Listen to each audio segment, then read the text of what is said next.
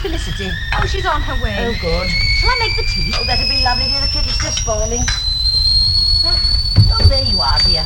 I thought you were all marching to Westminster to pull down the House of Commons. We never got there. Oh, why not? Was the traffic bad? No, this other lot got in the way. What other lot? The Society for Nuclear Extinction. Oh, good gracious me, what do they want? They want to wipe us all out and start again. But, darling, they can't start again if everybody's wiped out. I don't suppose they thought of that. No. Anyone at home? Yes, dear, in here. Ah, good. Tea, just the thing. Yeah, Albert, what on earth have you done to your eye? Oh, this? Yeah. Oh, it's just a minor blow, my dear. Received in the line of duty. I bet Rowena did it. No, she didn't, as a matter of fact. It was that little brunette sitting next to her. She seems so fragile and petite, but she's got a left hook like Henry's hammer. Oh, don't be silly, Daddy. That was Jeremy. What was Jeremy? The little brunette with Rowena. But I thought Jeremy was your boyfriend. He is. Albert, I think perhaps you'd better tell me exactly what's been going on. Daddy's been enjoying himself. Yes, so it seems, dear. It was this other lot I was telling you about. Oh? Yes, they got in the way. Ah. You know Balfour Street? Yes. Very long, one way. And there are no side turnings. Well, our procession was routed along it. We're the betterment of humanity people. And the other lot? What do you mean, nuclear extinction? Yeah. Well, they staged a sit-down at the end of Balfour Street. Dead crafty. Both processions were non-violent and pacifist. So we couldn't fight each other. Well, I hope not, dear. So what did you do, turn round and come back again? Oh, no, we couldn't. What? Traffic had piled up. We couldn't move. And the traffic couldn't move because it's a one-way street. Good heavens, then what did you do? We sat down as well. Tea! It was an astonishing sight. I've never seen so many people sitting down in all my life. Tea! Take him his tea, dear. Albert, what were you doing there? Ah, good, tea. I was getting a stamp out of the machine at the post office. Oh. The one at the corner of Balfour Street. Oh, it was terribly funny. Felicity and I were in the front row with Rowena and Jeremy. What do you mean, the little brunette? Yes, that's right. Felicity's latest. Oh, Albert, no. It's all right, my dear. Don't worry. I had the feeling he was far more interested in Rowena. He is not. Oh, yes, he is. I could tell from the way he was sitting. Sitting? On her lap. There's no sugar. Who's Rowena? Oh, you must have heard of Rowena Stuk. The one who chained herself to the spare wheel of the Lord Mayor's coach. Threw eggs at the Commissioner of Police. And tomatoes at the Home Secretary. Goodness, she sounds a very energetic sort of person. Yes, she is. You know she has a physique to go with it. She should be representing the nation at tossing the caber. You took my spoon away. Why did you run away, Carol? Oh, I didn't. I was carried off by a policeman. You did better than I did then. I just got kicked. What, by a policeman? No, by his horse. Oh, darling, Mama, you must be more careful. It could be very dangerous. Albert, why didn't you help her? Daddy was far too busy to worry about little me. You see, dear, he was only buying a stamp. Buying a stamp? He was picking up girls. I was helping the police. I was assisting the police. After all these people were sitting down. I merely did my duty as a citizen. It's the first time I've heard it called that. He was grabbing all the dishiest girls. And carrying them off. I was helping the police. The police were trying to carry these sitters away, and I merely lent a hand. Yes, 2 hands. He only handled the girls, though. Did they mind? Who, the police? No, dear, the girls. Well, Rowena did. What? She was furious. I'm not surprised. Daddy dropped her 3 times. She's a very well-built young woman. You see, she wanted to be carried away by the police and then get herself photographed. And then accused the police of brutally assaulting her. Instead of which, Daddy was staggering about underneath her, obviously too exhausted to assault a mouse. Oh, she was absolutely livid. You're jolly lucky she didn't punch you. You'd still be unconscious. No, she just took my name and address. Albert, why? Well, I don't think she fancied me, if that's what you mean. I had the impression she might take out a summons for assault and battery. What? You must be joking. You couldn't possibly assault her. I could, you know. Albert? Of course I could.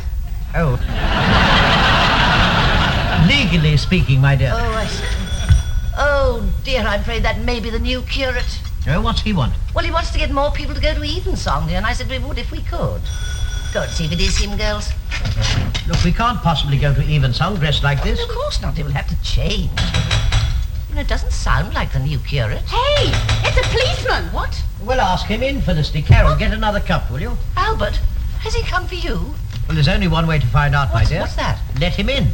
We can't refuse admission to the police. But Would this be the residence of Mr. Albert Haddock, young lady? What? And would Mr. Albert Haddock be at home? Well, I better find out. don't be silly, Felicity. Of course I'm at home. Come in, officer. Thank you, sir.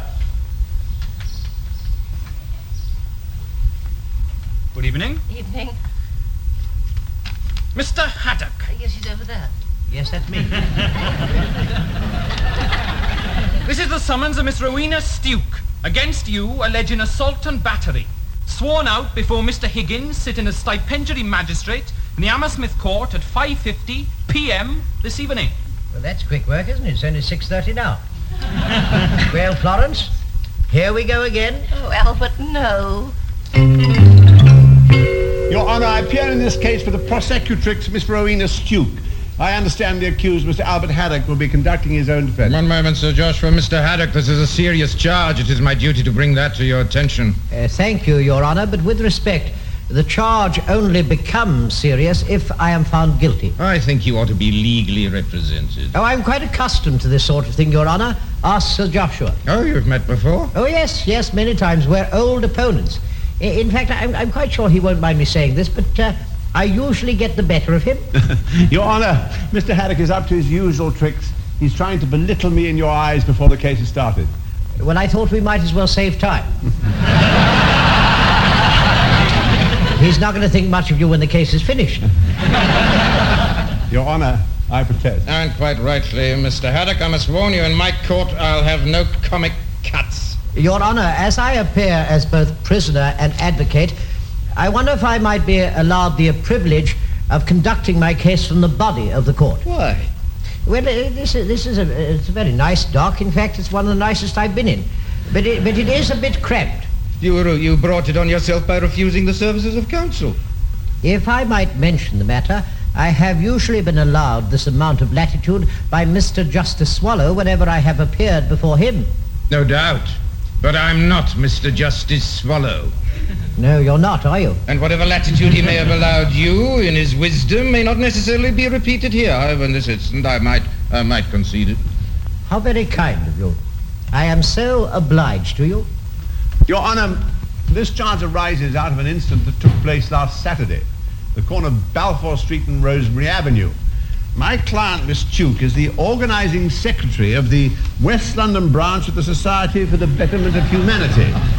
The object of the society is to promote universal brotherhood, and they plan to march from Hammersmith to the Houses of Parliament. But at the far end of Balfour Street, the procession was blocked with malice aforethought. With what? Malice aforethought, Your Honour. But how can that be, Sir Joshua? Malice aforethought is a state of mind, not a roadblock. Well, Your Honour, the malice was provided by a rival organisation called the Society for Nuclear Extinction. And these people claim to embrace pacifism, as does my client society. The net result was that everybody sat down and nobody would move. The police, therefore, had to clear the highway in order to release the traffic, which, of course, was building up in Balfour Street. Yes, they were quite right. What was that? I said they were quite right. The highways must be kept clear, Your Honour. It is the duty of the police to do this, and of course it is the duty of the good citizen to help them. Are you addressing the court, Mr. Haddock?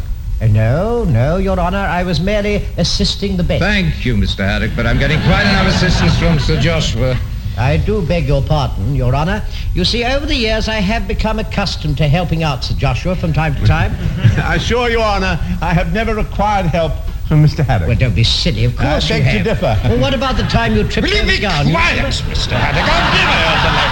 I'll Your Honour, the police commenced to remove the recumbent figures of both sexes, but Mr. Haddock, without being asked, decided to lend a hand.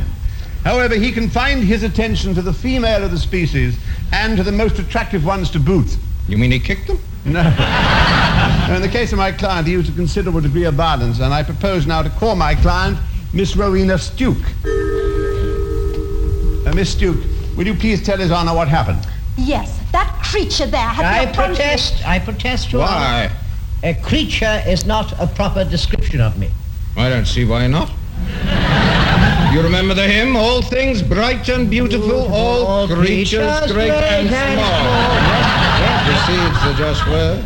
Miss Stuk, do you recognize this gentleman? Oh, yes, that's him all right. And did he do anything untoward? He grabbed me from behind and tried to carry me to the pavement. Did he succeed? He dropped me 3 times. Did you suffer any ill effects? I was bruised. Where? Well, I'll show you if you like. Oh, no. I don't think that will be necessary. I'm quite sure His Honour has a clear idea of where you were injured. Anything else? I suffered from shock. Thank you, Miss Stuk. Miss Stuk, when you say that you suffered from shock, do you mean that? I mean, did you actually suffer from shock, or were you upset? I was morally affronted. What does that mean? It means, well, listen, any girl who is grabbed from behind by a dirty old man is entitled to be morally affronted. And how many times did this dirty old man pick you up? 3. Why 3? Because as soon as you picked me up and dropped me, I went back and sat down again. Well, if you took such exception to my actions, why did you deliberately ask for more? I didn't ask you for anything. You mean if I were much younger and much more handsome, you would have been quite happy about it? You know perfectly well what I wanted. I fear the court is at a loss, Miss Stuk. What exactly did you want? To be picked up by a policeman, of course. Oh, you mean he would have done it more considerately? No, she means that a picture of herself would have appeared in the paper, struggling in the arms of the brutal constabulary, and would have gained a good deal of sympathy for her cause. I think you're horrible. I claim the protection of the court. And you shall have it. Kindly confine your remarks to questions. Thank you, Your Honor.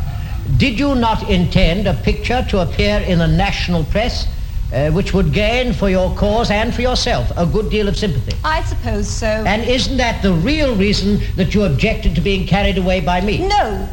Are you saying, in fact, that you were afraid that perhaps I might indecently assault you? Certainly. Oh, really? Well, I'm very flattered, but I think it extremely unlikely, considering the press and all the television cameras were present. Some men will do anything, anywhere.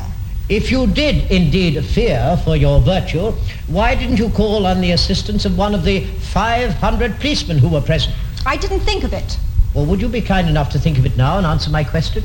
You're deliberately confusing me. Yes, but not half as much as you must be confusing His Honor. I have no further questions. Tell me, officer, on occasions of this sort, do you welcome assistance from the public? On occasion, sir, yes. What occasions? When there aren't enough policemen there to deal with whatever has to be dealt with. But on this occasion there were. On this occasion, sir, we had what you might describe as a superfluence. A superfluence? Oh, I see. You mean there were too many policemen? No, sir. Too few girls. Oh. You see, if we don't remove at least one each, well, we feel it's been a bit of a wasted day, really. I see. And how many did Mr. Haddock deal with? Some say 6, some say 8. And all of an attractive appearance? Oh, the pick of the bunch. Thank you. Officer, supposing, I only say supposing, Your Honor, supposing the court finds that I did my duty in this matter, would you consider it to be less my duty because it happened to be a pleasant one? Well, no, sir, I suppose I shouldn't. I mean, some of your duties must be unpleasant and some must be very pleasant. But I'm quite sure you carry them both out with equal zeal. I hope so. Thank you. You didn't do yourself much good there, you know. Bottle isn't taking in by all this flowery stuff. He likes facts. Does he? Well, you better try and find some then. You're not doing very well, too. Sir Joshua, what are you whispering about? I apologize, Your Honor. I would like to call my final witness, and that will conclude my case. I call Mr. Jeremy Lawson. Your name is Jeremy Lawson. It is. And you are taking part in the procession to promote the betterment of humanity. I was. Tell me, did you see the accused? Oh, yes, I saw him all right. Did you see him do anything? I certainly did. He picked up Rowena in an intimate manner, carried her away, and when he got tired of her, he had a go at me. In what way? He tried to carry me to the pavement. And what did you do about that? I turned round and punched him. Thank you, Mr. Lawson. Mr. Lawson, when you say you turned round and punched me, you did say that, didn't you? Yes. Well, would you mind doing that again? What, punch you? No, of course not. Turning round. Could you turn round? Face the other way, that's it. Now, thank you, there you are, you see, Your Honor. Now, that is roughly the view I got on the day in question. Could he not be mistaken for a young lady? No, I couldn't. Now, there is only one further question I have to ask, Your Honor. And I want you, Mr. Lawson, to remember that you are on oath. Now, will you tell me exactly what are your intentions towards my daughter Felicity? What on earth has that got to do with this case? Absolutely nothing, but I wanted to know. If you have no further questions, Mr. Haddock. No, Your Honor. Your Honor, that concludes the case for the prosecution. Mr. Haddock, you can now open your case. You can either make a statement from the body of the court or enter the witness box and subject yourself to cross-examination by Sir Joshua. What were you doing at the scene of the crime? Crime? What crime? Well, the alleged assault and battery. That's better, you see. You left out the alleged bit, didn't you? I haven't been found guilty yet, you know. Well, will you please answer my question? Well, I was there ex officio. Oh, but the police were there ex officio. It's their duty. Surely you can't have been your duty too. Oh, yes, certainly it was. I was there, you see, in my capacity of the honorary president for the Society for the Friends of the Police. Oh, and when, may I ask, was this organization created? Last Sunday.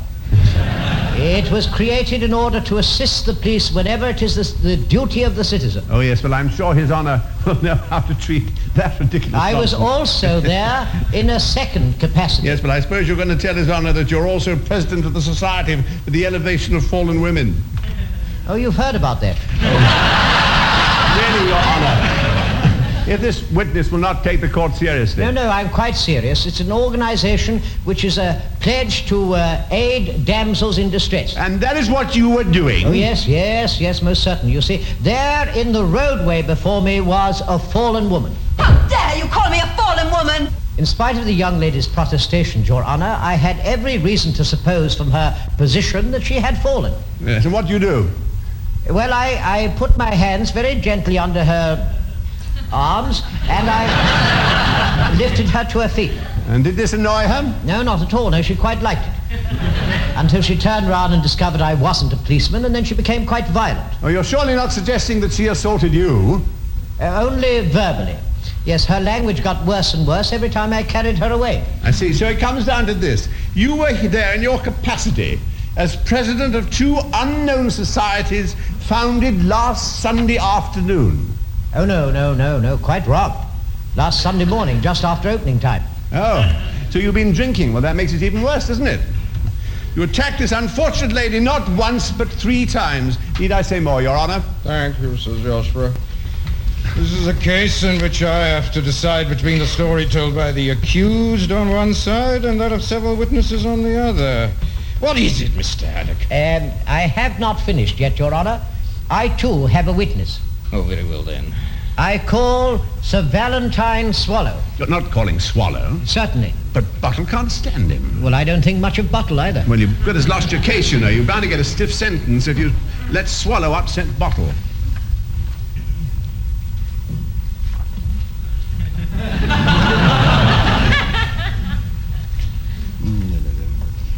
I do solemnly, sincerely, and truly swear and affirm that the evidence I shall give shall be the truth, the whole truth, and nothing but the truth.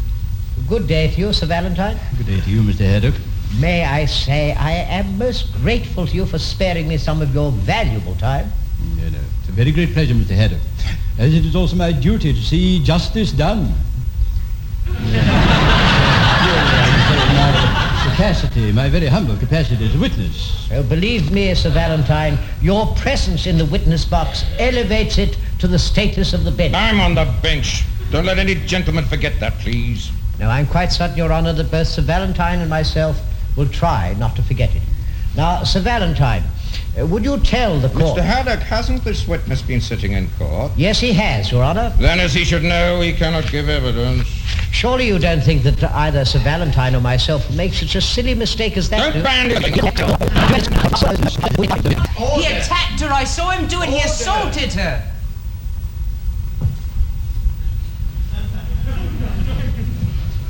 Is that all the witness has to say? No, not quite, Your Honor. But naturally, I was waiting for you to warn the man that if he interrupts me again, he'll be removed. I must remind you, Sir Valentine, with the greatest respect, of course, that this is my court. Any removals or threats of removals will be decided by me. Now, finish what you have to say. So, I saw Mr. Haddock raise this young lady very gently and carry her to the pavement, and he did this 3 times.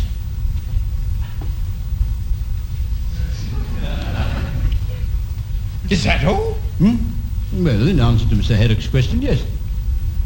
Mr. Haddock, the evidence that I've heard so far from this witness can hardly be described as expert. Well, I am coming to that, Your Honor. Now, Sir Valentine, the charge in this case is assault and battery. You witnessed the incident. What, in your view, is the legal effect? Now, that's a very interesting question. Now, the first question to be decided is simply... Your Honor? In the particular circumstances obtaining here, it is incumbent upon me to interpret the legal position. Yes, of course. But Your Honor, interpretation is impossible without knowledge, you understand? And, surely not doubting that I do have the knowledge. May I continue, Your Honor? I think Sir Valentine was just about to draw the distinction that exists in law between assault and battery. Sir Valentine? Yes, certainly. I've taken notes very copiously here. Your Honor, if you'll allow me to refer to them, will you? Thank you. Then, an assault is a movement which threatens the unlawful application of force. And such an application, when effected, constitutes a battery. Now, would you say the criteria usually applied are the motives of the person? For instance, would a mere tap or a slight push constitute a battery? No, a friendly tap on the shoulder would not, of course. But on the other hand, a very friendly caress, if unwelcome, might constitute an assault. Well, the prosecution is not suggesting that my handling of Miss Stuk was prompted by improper amorous feelings. I'm not so sure about that. And if it was to be suggested, it should have been done at the proper time. Is that not so, Sir Joshua? Yes, indeed, Sir Valentine, and no such suggestion was made. She might, of course, Sir Valentine, suggest that my actions were prompted by insolence and rudeness, that I was, in fact, deriding her. Oh, yes, she might, but I could see no evidence of that myself, and none has been adduced in court. So it remains to be decided whether I was entitled to use the degree of force that I did. Yes, well, in my view, you certainly were entitled, Mr. Herrick. No, really, my lord, Sir Swallow. No, you're getting confused again, aren't you? I'm trying to make the point that we cannot have people saying that force is lawful. No, but it must be on certain occasions, Sir Joshua. The furtherance of public authority. Quite so, Mr. Herrick, or the saving of human life. Oh, that's it, you see. That's it exactly, Sir Valentine. I mean, for instance, if Miss Stuk had stepped off the pavement into the path of an oncoming car, and I had, with considerable violence, snatched her, so to speak, from the jaws of death, nothing but applause and praise would have come my way. Oh, God. Rather a colourful example, Mr. Herrick, but a perfectly valid one, perfectly. Thank you, Sir Valentine. Well, then, in that case, what is your final judgment? So to speak. Yeah, I understand, Mr. Herrick. Well, that you were perfectly right in every part of your behaviour, and that this absurd summons should be dismissed at once with cost. May I remind the witness once more that he's only a witness, however expert, and that the passing of sentence is my prerogative. Of course, Your Honour, but I was speaking hypothetically. Was all your evidence hypothetical? No, certainly not. I mean that if I were judging this case, that is the conclusion I would come to. Quite so, but you're not judging this case. I am, and I might come to the opposite conclusion. Of course you're right. Yes, and of course, Sir Valentine, I might appeal. Yes, and the case might come before me later on in a higher court. Well, you never know. I might quite possibly reverse His Honour's decision. Just no saying. No, there is no. Thank you, Sir Valentine. Thank you, Mr. Herrick. Thank you. Nice to see you. Sir Valentine. Did you call, Sir Joshua? Might I put a point to you? No, I don't think I've done. I mean, I really don't want to waste His Honour's time, Sir Joshua. I have all day, Sir Valentine, and Sir Joshua is entitled to cross-examine you. Joshua? Cross-examine me? Certainly. Carry on, Sir Joshua, and if the witness becomes fractious, I promise you the support of the bench. Your Honour. Sir Valentine, in your capacity as an acknowledged expert in the law, you made a point that if Mr. Haddock had pulled Miss Stuk from in front of a motor car... No, confusion again, you see. Sir Valentine didn't make that point, I did. I merely concur. No, you really must pay attention, Sir Joshua. Witness must not make derogatory remarks about counsel. I'm sorry, force of habit. I know, and a very bad habit it is. I agree. I do apologize, Sir Joshua. Now then, you wanted to make a point. Yes, Sir Valentine. The point I wish to draw to your attention is there were no motor cars present. No, but there could have been. With respect, my lord, no. No, everybody was sitting down in the road. Oh, dear, Sir Joshua. I see I must prod your imagination a little as regards the hazard of sitting on the public highway.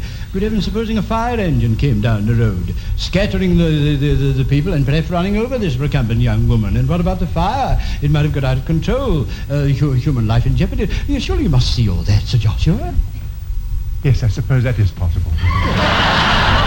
Or, of course, she might have been trampled to death by the crowd itself. Or an elephant might have escaped from the zoo and happened to be passing.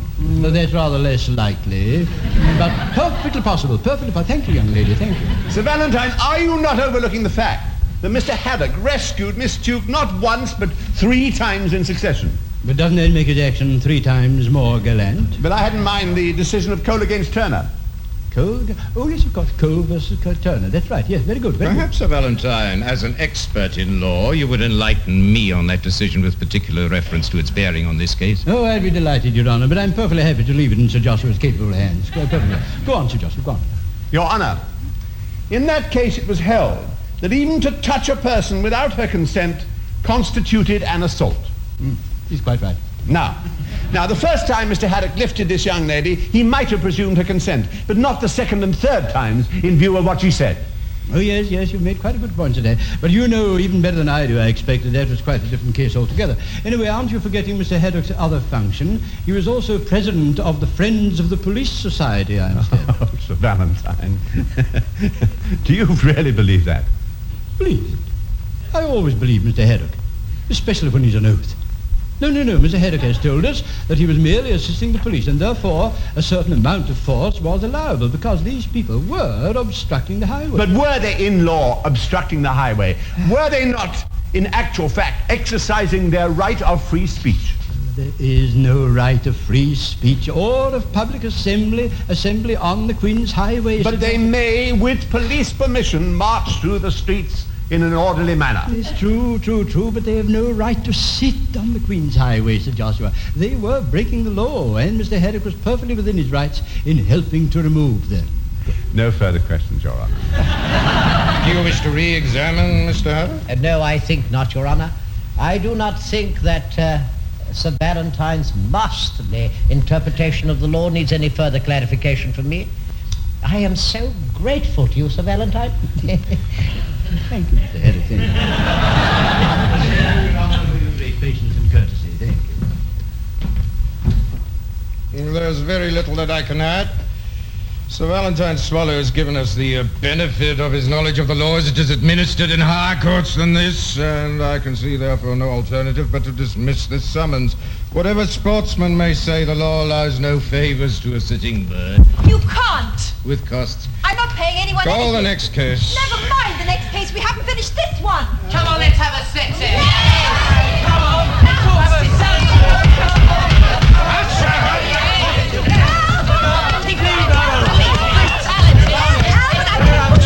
I'll get you, my dear.